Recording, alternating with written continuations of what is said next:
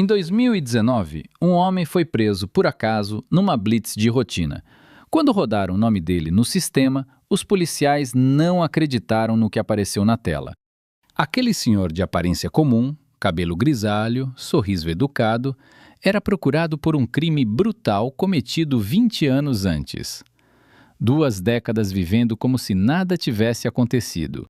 Ele mudou de nome, de cidade, de profissão, construiu uma nova família inteira. Mas para entender o que realmente aconteceu, a gente precisa voltar para o começo. Nossa história começa em 1999, numa cidade pequena do interior de Minas Gerais. Um lugar pacato, onde todo mundo se conhecia pelo nome. Nessa cidade, morava um casal que parecia ter a vida perfeita. Mas presta atenção nesse detalhe, porque ele vai ser importante depois. Ricardo Mendes tinha 32 anos, era contador numa empresa local. Casado com Helena, professora do ensino fundamental. Tinha uma filha de 5 anos, chamada Luísa. Todo mundo na cidade descrevia o Ricardo como um homem reservado, educado, sempre de terno. O tipo de vizinho que você cumprimenta, mas nunca conhece de verdade. Helena era o oposto. Alegre, falante, conhecida por todo mundo na escola. Os vizinhos diziam que ela era a luz daquela casa, uma mulher querida por todos. Mas por trás dessa fachada de normalidade, algo estava muito errado naquela casa. E o que a polícia descobriu depois mudou tudo. Ricardo tinha dívidas, muitas dívidas.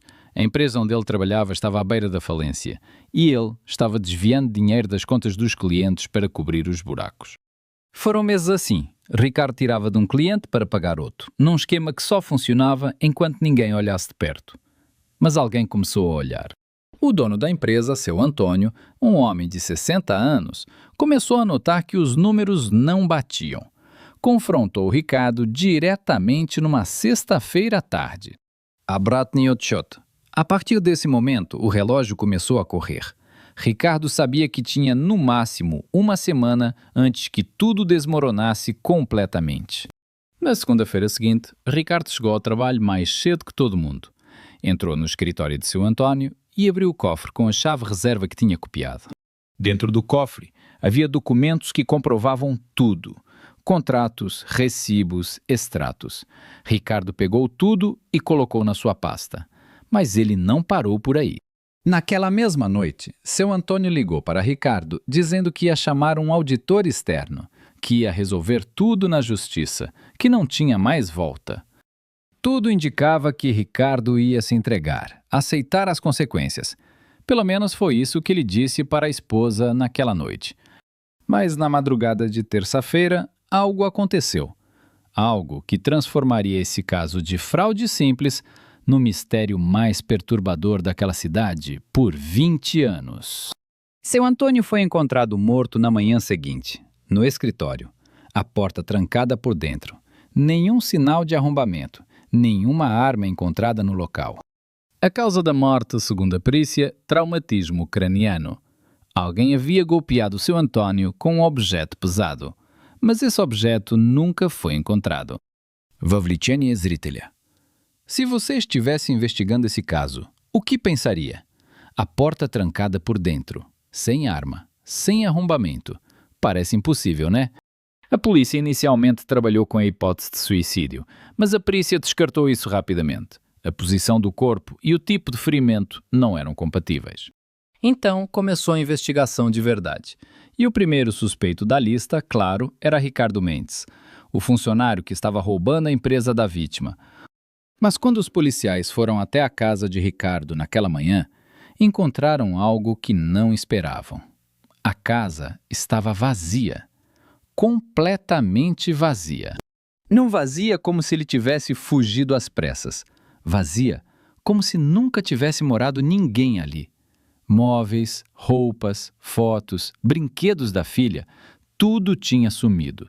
Os vizinhos disseram que viram um caminhão de mudança na madrugada, por volta das 3 da manhã. Mas ninguém achou estranho na hora. Só depois perceberam. Ricardo tinha planejado tudo. A mudança, os documentos falsos, o novo destino. Ele sabia que seu Antônio ia morrer naquela noite, porque ele mesmo tinha feito isso. Mas como ele conseguiu sair de uma sala trancada por dentro? Esse foi o detalhe que deixou a polícia maluca por anos. E a resposta é mais simples do que parece. A gente vai revelar esse truque daqui a pouco. Mas antes, você precisa entender o que aconteceu nos dias seguintes ao crime. A polícia emitiu um mandado de busca para Ricardo Mendes. Foto dele foi distribuída para delegacias de todo o estado. Mas ninguém encontrou nada. Zero. Helena e a filha Luísa também desapareceram. Ninguém na família de Helena sabia onde ela estava. O celular desligado, nenhum movimento nas contas bancárias. A investigação levantou que Ricardo sacou todo o dinheiro em espécie nas semanas anteriores. Vendeu o carro por um preço ridículo, cancelou o plano de saúde e tudo mais. Agora vamos ver essa história pelos olhos de Helena. Porque ela sabia de muita coisa. Talvez mais do que deveria. Helena contou depois, em depoimento, que Ricardo chegou naquela noite e disse simplesmente: "A gente precisa ir embora agora." Não explicou nada, só disse para fazer as malas. Ela disse que ficou em choque, mas obedeceu. Pegou a filha dormindo, colocou no carro. E eles dirigiram a noite inteira sem parar até o amanhecer. O destino era Goiânia, uma cidade grande o suficiente para se perder no meio de milhões de pessoas. Ricardo já tinha alugado um apartamento com um nome falso, Abratney Ochot. A partir daquele momento, Ricardo Mendes deixou de existir e nasceu Carlos Eduardo Silva, um homem completamente novo, com passado inventado. Ele arrumou emprego numa concessionária de carros. Vendedor. Ninguém perguntava muito sobre o passado, bastava vender bem. E Ricardo, agora Carlos, era bom nisso.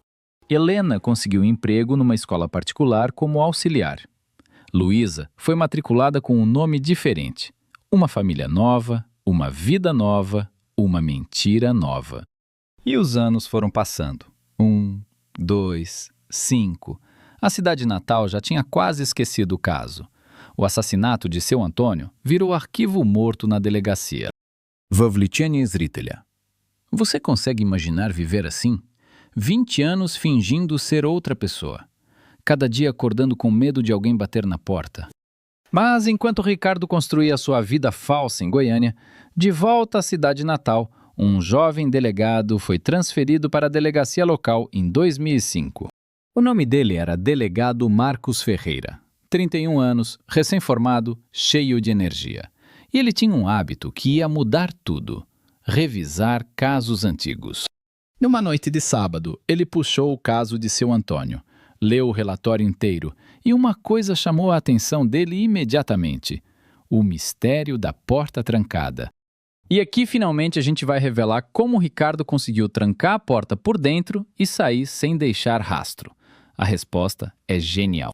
Ricardo usou uma técnica antiga. Ele prendeu a chave na fechadura por dentro com um elástico esticado. Fechou a porta e o elástico girou a chave automaticamente. É simples. É velho. Mas em 1999, numa cidade do interior, nenhum policial pensou nisso.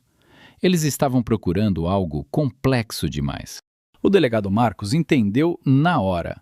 E a partir dali, ele fez algo que ninguém tinha feito antes. Cruzou o desaparecimento de Ricardo com um assassinato como caso único. Mas quando ele pediu acesso ao arquivo completo, descobriu que metade das provas tinham desaparecido. Alguém tinha removido evidências do caso. Quem tinha acesso ao arquivo? Apenas policiais. O delegado anterior, que era amigo pessoal de Ricardo. Isso levantou uma questão muito incômoda para todo mundo. Marcos começou a investigar por conta própria, sem confiar nos colegas. Entrevistou vizinhos antigos, familiares da vítima, ex-funcionários da empresa, todos falaram a mesma coisa. Ricardo era estranho, controlador. Helena vivia com medo dele, e na semana antes do crime, ele estava agindo de um jeito diferente, mais calmo, como se já tivesse decidido tudo. Uma testemunha disse que viu Ricardo na noite do crime, por volta das 11, entrando na empresa com uma sacola preta. Mas será que isso era verdade? O delegado Marcos checou. Essa testemunha tinha dado o depoimento original em 99, mas ele nunca foi incluído no relatório. Alguém tinha omitido de propósito. Com isso, Marcos tinha uma linha do tempo nova. Ricardo saiu de casa às 11, foi à empresa e por volta da 1 da manhã chamou o caminhão de mudança. Ele teve 2 horas para cometer o crime, limpar tudo e montar o truque da porta. Tempo de sobra para alguém que já tinha planejado cada detalhe com semanas de antecedência. Agora, o delegado precisava encontrar onde Ricardo estava. 20 anos depois, sem internet da época, sem câmeras, sem rastro digital, um fantasma. Marcos começou pela família de Helena. Mãe, irmãs, primos, todos juravam que não tinham contato. Mas uma prima deixou escapar um detalhe que mudou tudo. Ela disse que recebeu um cartão de Natal em 2003, sem remetente, mas reconheceu a letra de Helena. O carimbo era de Goiânia. Goiânia, uma cidade com mais de 1 milhão de habitantes. Encontrar alguém com um nome falso ali era como procurar agulha num palheiro. Mas Marcos não desistiu. Ele viajou para Goiânia por conta própria, nas férias. Levou a foto antiga de Ricardo e começou a mostrar em concessionárias, escritórios de contabilidade, escolas. Semanas sem resultado. Ninguém reconhecia. Ricardo tinha mudado muito em 20 anos. E o nome Carlos Eduardo Silva era comum demais para rastrear em sistemas. Pensa comigo, como você encontraria alguém que mudou de nome, de visual, de cidade e que todo mundo acha que não existe mais? Marcos teve uma ideia. Se Helena era professora, talvez tivesse voltado a trabalhar com educação. Ele começou a checar registros de escolas particulares de Goiânia. E em 2007, depois de 2 anos investigando sozinho, Marcos encontrou algo. Uma funcionária chamada Helena Silva, numa escola do setor Bueno, em Goiânia. O sobrenome era diferente, mas o primeiro nome era o mesmo, e a data de nascimento batia. Marcos sentiu o coração acelerar. Depois de anos, finalmente uma pista real. Mas ele não podia simplesmente ir lá e bater na porta. Se Ricardo soubesse que estavam perto, podia fugir de novo, e dessa vez, para sempre. Marcos montou uma operação discreta. Pediu transferência para Goiânia como delegado assistente. Passou 6 meses observando a família de longe antes de fazer qualquer movimento. Ele confirmou tudo. Carlos Eduardo Silva era mesmo Ricardo Mendes. Trabalhava na concessionária, morava num apartamento no setor oeste, levava a filha na escola todo dia. A filha, Luísa, agora tinha 25 anos. Estava na faculdade, tinha uma vida inteira construída sobre uma mentira. Ela nem sabia o verdadeiro nome do pai. E Helena? Marcos descobriu que ela tinha tentado sair da relação 2 vezes, mas Ricardo a ameaçava. Ela era tão vítima quanto prisioneira. Marcos precisava de provas concretas para o mandado de prisão. A foto antiga não era suficiente. Ele precisava de impressões digitais ou DNA, algo irrefutável. E aqui ele fez algo brilhante. Mandou um policial disfarçado comprar um carro na concessionária onde Ricardo trabalhava. Durante a negociação, Ricardo assinou vários documentos. Обратный отсчет. Esses documentos foram levados direto para a perícia. Em 48 horas, o resultado chegou. As digitais batiam 100%. Ricardo Mendes, procurado por homicídio qualificado desde 1999. Finalmente encontrado. Agora era só uma questão de quando e como prender. A operação de captura foi marcada para uma sexta-feira de manhã. 4 viaturas, 8 policiais, tudo discreto, sem sirene, sem alarde. A ordem era não dar chance de fuga. Mas naquela manhã, algo inesperado aconteceu. Algo que quase arruinou 20 anos de investigação em questão de minutos. Ricardo não foi trabalhar naquele dia. Ele ligou dizendo que estava doente. E quando os policiais chegaram na concessionária, a cadeira dele estava vazia. O delegado Marcos sentiu o estômago afundar. Será que ele descobriu? Será que alguém vazou a operação? Será que ele ia fugir de novo depois de tudo isso? Decisão imediata. Ir ao apartamento. Agora, sem esperar. Se ele estivesse fazendo as malas, tinham que chegar antes que saísse. Cada segundo contava. Quando chegaram no prédio, o porteiro disse que viu o morador do apartamento 402 saindo com uma mala grande meia hora antes. Marcos mandou fechar as saídas da cidade. rodovias, rodoviária, aeroporto. Emitiu alerta para todas as unidades. Ricardo Mendes não podia sair de Goiânia. E foi exatamente numa dessas blitz, na saída para Brasília, que o carro de Ricardo foi parado. Uma blitz de rotina que se tornou a captura mais esperada daquela década. Agora imagina a cena pelos olhos de Ricardo. 20 anos fugindo e, de repente, um policial pedindo seus documentos numa blitz comum. Ele entregou a identidade falsa de Carlos Eduardo Silva. O policial passou no sistema. E o alerta de Marcos apareceu na tela. Ricardo Mendes, homicídio, foragido. O policial olhou para o homem no carro. Cabelo grisalho, 52 anos, sorriso nervoso. E disse: "Senhor, por favor, desliga o motor e coloque as mãos no volante." Ricardo não resistiu, não tentou fugir. Quando as algemas fecharam nos pulsos dele, os policiais disseram que ele apenas fechou os olhos e suspirou, como se estivesse aliviado. Vavlichenie Zritelya. 20 anos. 20 anos fingindo ser outra pessoa. Você acha que ele dormia tranquilo? Que tinha paz?